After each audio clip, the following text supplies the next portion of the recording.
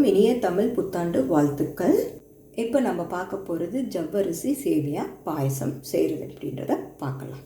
ஒரு gas stove on பண்ணிவிட்டு ஒரு பேன் வச்சுட்டு அதில் 1 ஸ்பூன் அளவுக்கு நெய்யை மெல்ட் பண்ண வச்சுருக்கேன். அதோடு சேர்த்து 2 ஏலக்காவை தட்டி பொடி பண்ணி போட்டிருக்கேன். 1 ஸ்பூன் முந்திரி, 1 ஸ்பூன் திராட்சை, காஞ்ச திராட்சையை போட்டு பொரிச்சு எடுக்கணும். இப்போ இந்த ஸ்டேஜில் கேஸ் ஸ்டவ் ஆஃப் பண்ணி இதை ஒரு பிளேட்டில் நம்ம தனியாக எடுத்து வச்சுக்கலாம். இப்போது அதுலேயே நெய் இருக்கு இல்லையா, அந்த நெய்லேயே நம்ம 2 ஸ்பூன் அளவுக்கு ஜவ்வரிசியை லைட்டாக ஃப்ரை பண்ணி எடுத்துக்கலாம். அப்போ தான் நம்ம தண்ணியில் போட்டு அதை பாயில் பண்ணும்போது ஒன்றோட ஒன்று ஒட்டாமல் நல்லாயிருக்கும். இப்போ அதே மாதிரி ஒரு பேனில் கொஞ்சமாக நெய் ஊற்றிட்டு நம்ம வெர்மிசில்லி சேமியாவை லைட்டாக ரோஸ்ட் பண்ணி எடுத்துக்கலாம். இப்போ நம்ம இதை 3த்தையும் தனித்தனியாக நெய்யில் பொரித்து வச்சு சைடில் எடுத்து வச்சுருக்கோம். அதுக்கப்புறமா இப்போ ஒரு கேஸ் ஸ்டவ் ஆன் பண்ணிவிட்டு நம்ம 5 கப் அளவுக்கு, இந்த கப்பில் 5 கப் அளவுக்கு தண்ணியை ஊற்றி வச்சு நான் ஸ்பீடில் வச்சுருக்கேன். தண்ணி நல்லா கொதிக்க விடணும். இப்போ தண்ணி நல்லா கொதி வந்துடுச்சு பார்த்திங்களா. இந்த ஸ்டேஜில் நீங்கள் இந்த வறுத்து வச்சுருக்கோம் இல்லையா நெய்யில், அந்த ஜவ்வரிசி அதில் போட்டுடணும். ஜவ்வரிசி நல்லா வெந்து வரணும். அப்போ பார்த்திங்கன்னா ஜவ்வரிசி பார்த்திங்கன்னா நல்லா வெந்துருக்கு, ப்ளஸ் ஒன்றோட ஒன்று ஒட்டாமல் இருக்குது பார்த்திங்களா.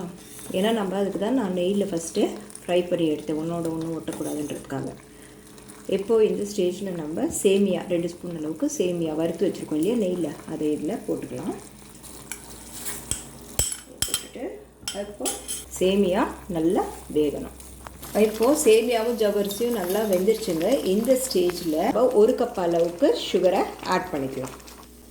ஆட் பண்ணிட்டு இந்த சுகர் எல்லாம் நல்லா கரைய விடணும். இப்போ சுகர் எல்லாம் நல்லா மெல்ட் ஆகிடுச்சு பார்த்தீங்களா. இந்த ஸ்டேஜில் நம்ம கேஸ் ஸ்டவ்வை ஆஃப் பண்ணிடலாம். இப்போ இது நல்லா ஆறி போயிடுச்சுங்க. ஆறி போயிட்ட பிறகு நம்ம ஒரு 1/2 கிளாஸ் அளவுக்கு பாலை காய்ச்சி அதையும் நல்லா ஆற வச்சிட்ட பிறகு நம்ம இதில் ஊற்றணும்.